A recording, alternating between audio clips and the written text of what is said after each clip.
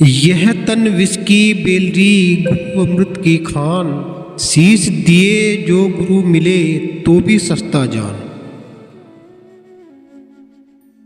प्रेम न बाड़ी उपजे प्रेम न हाट बिकाए, राजा प्रजा जे ही रचे शीश दे ले जाए।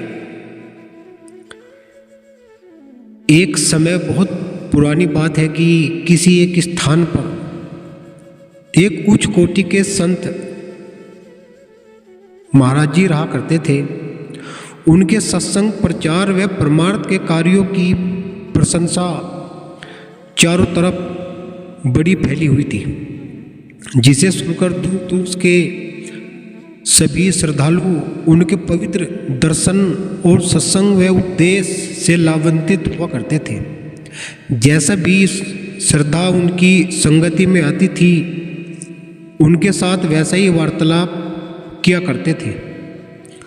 उनके पवित्र आचरण, व्यवहार और उनके मस्तक पर अलौकिक तेज व आभा देखकर सत्संग में आने वाले जिज्ञासुओं के हृदय में संत जी के प्रति अत्यधिक श्रद्धा बढ़ती गई, कारवा बढ़ता गया। एक बार वह दो श्रद्धालु आश्रम पर आए और उन्होंने संत जी के दर्शन और वार्तालाप करने के लिए समय प्राप्त करना चाहा। उनकी बात को स्वीकार कर संत जी ने उन्हें कुछ देर रुक जाने को कहा। कुछ देर रुकने के पश्चात उनमें से एक श्रद्धालु को अपने निकट बुलाया और पूछा, कहिए आप कैसे आपका आना हुआ? तब जिज्ञासु ने सादर विनय की, महाराज मैंने सुना है कि आप सतमार्ग दर्शाते हो। इस भावना से ही हम आपके पास आए हैं। आप कृपा करके मुझे सतगुरु प्रेम पाने का कोई साधन बता दीजिएगा। यह बात सुनकर संत जी ने कहा, तो ठीक है, सतगुरु मार्ग का तो तुम्हें मूल्य चुकाना होगा और जन साधारण को दिखलाते और हमारे सबके लिए प्रयास यही रहता है कि अधिक से अधिक लोग भक्ति परमार्थ के रास्ते पर आगे बढ़े और अपने घर परिवार को सुख समृद्धि से आगे बढ़ाए। उसके बाद महाराज बोले कि उस मार्ग को पाने के लिए कुछ उसका मूल्य चुकाना होगा आपको। श्रद्धालु कहने लगे, बड़ी आश्चर्य से कहने लगे कि महाराज उस मालिक का नाम, उससे प्रेम करने के लिए भी क्या कोई मूल्य चुकाना पड़ता है? तो उनके पश्चात महाराज जी बोलते हैं कि हाँ, मूल्य चुकाना होगा। कि दुनिया की कोई भी नाशवर वस्तु बिना मूल्य के उपलब्ध नहीं हो सकती, तो क्या मालिक का सच्चा प्रेम, सच्चा नाम, उसका कोई मूल्य नहीं हो सकता?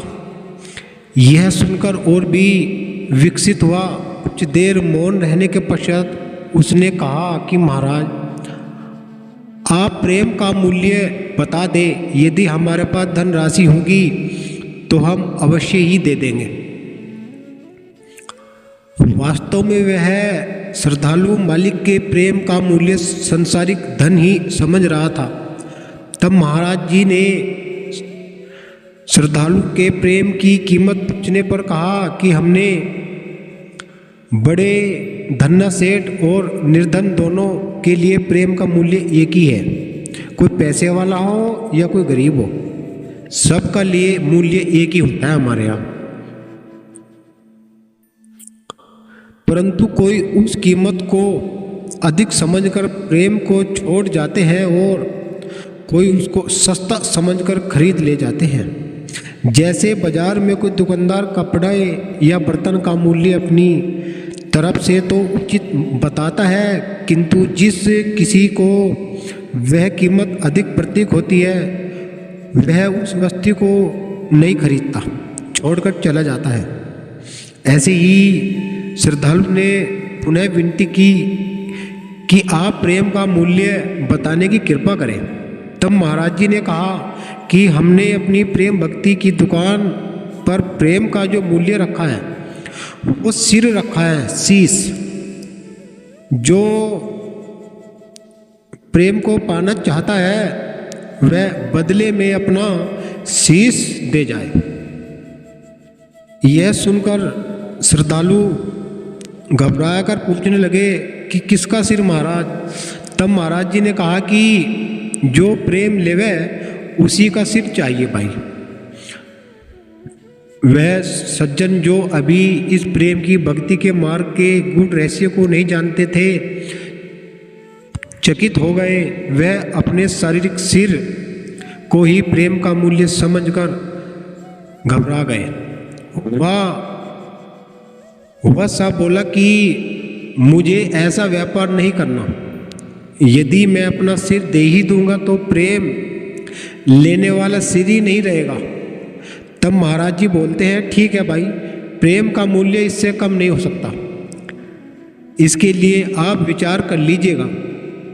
यह बात सुनकर श्रद्धालु वहाँ से उठ खड़े हुए। मार्ग में अपने दिल में सोचता जाता है कि आज तक ऐसा तो कहीं देखा ही नहीं और न ही सुना कि उस मालिक परमात्मा के नाम के बदले किसी ने अपना शीश कटा दिया हो। मुझे तो वो महात्मा जी की बात समझ नहीं आई। सत्य क्या है कुछ समझ बात नहीं आई। तो कहा जाता है कि प्रेम प्याला जो पिए शीश दक्षिणा दे, लोभी शीश न दे सके नाम प्रेम का ले।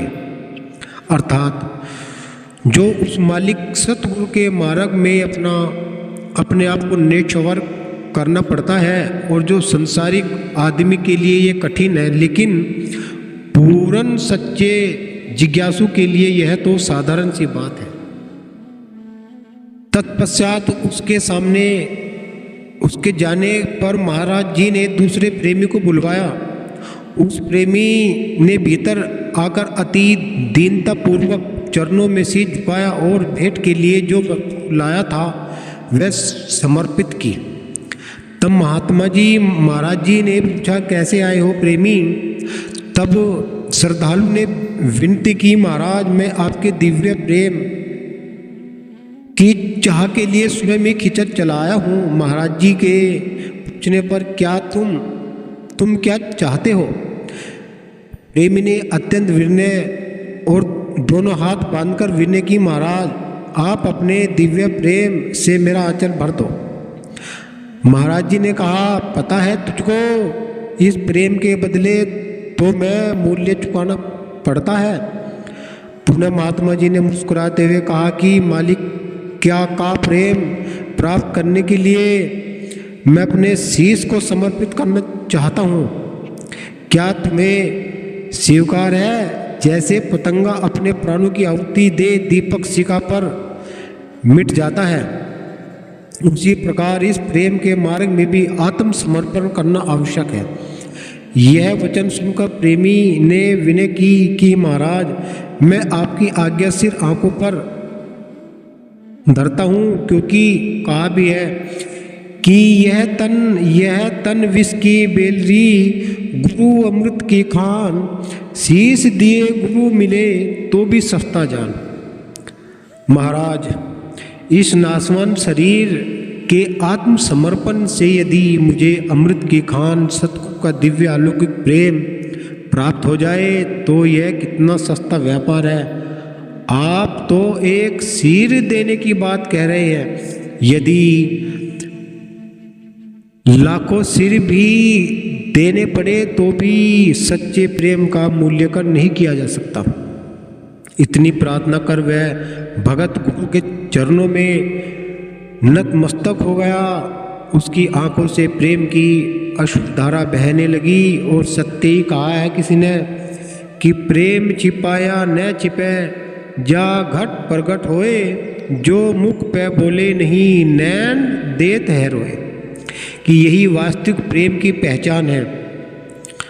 सुबकते हुए उस प्रेमी को महात्मा जी ने प्यार से उठाया और आर्थिक आशीर्वाद दिया। फिर अपनी बाकी चितवन डालकर उसे मंत्र मुक्त कर दिया कि यह यथार्थ सत्य है कि प्रेम में अपनेपन को खो देना होता है। सारांश यह है कि उत्तम संस्कार वाले जीव संत महापुरुषों की शरण में आकर अपने जीवन को सतगुरु के चरणों में समर्पित करते हैं और दिव्य रंग ले लेते हैं। महापुरुषों के दिल में तो सब जीवों के प्रति प्रेम भावना होती है, लेकिन श्रद्धालु की श्रद्धा वह भाव जिस प्रकार का सतगुरु से होगा उसी प्रकार का उसे सतगुरु का पावन प्रेम उपलब्ध हो सकेगा। संत महापुरुष प्रेम के बदले शरीर का सिर नहीं अपितु मन का सिर अर्थात अहम भाव जो कि जीव पर जन्मों से सवार है मांगते हैं।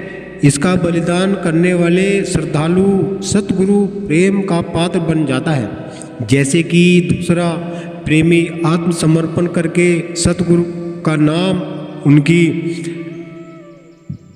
वचन मानकर उसका अधिकारी बन बैठा। जो लोग लोभी होते हैं वे कभी सतगुरु की शरण कभी ग्रहण नहीं करते, क्योंकि सतगुरु जो है एक होता है निर्बंध।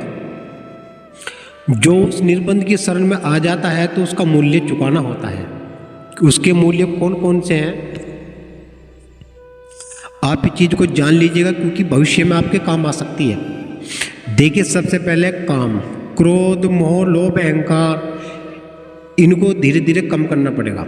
सतगुरु का बंदा बनना है तो मन को शुद्ध करना पड़ेगा। जब तुम्हारा मन सत्य में आ जाएगा तो तुम सतगुरु के बंदे हो जाओगे। तो धीरे धीरे तुम अपना काम भी छोड़ दोगे, क्रोध छोड़ दोगे, लोभ छोड़ दोगे, अहंकार छोड़ दोगे, फिर तुम सतगुरु के बंदे बनते जाओगे। और यदि तुम्हारा मन आज भी असत्य में ही है तो तुम फिर नरक के बंदे बनते जाओगे, सतगुरु के बंदे नहीं बने।